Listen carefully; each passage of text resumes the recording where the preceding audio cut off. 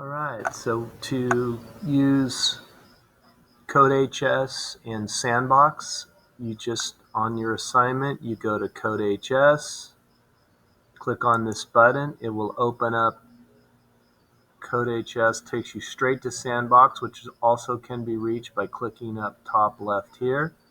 For the first program, call it Pong1 with your last name. I'm going to put Solus, but you put your last name.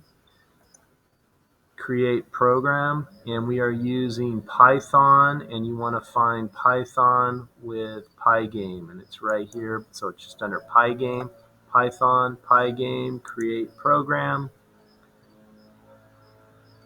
and you just immediately delete all this code, and you're ready to go. Now with this, you can code just like you did in the Python IDLE or in Replit.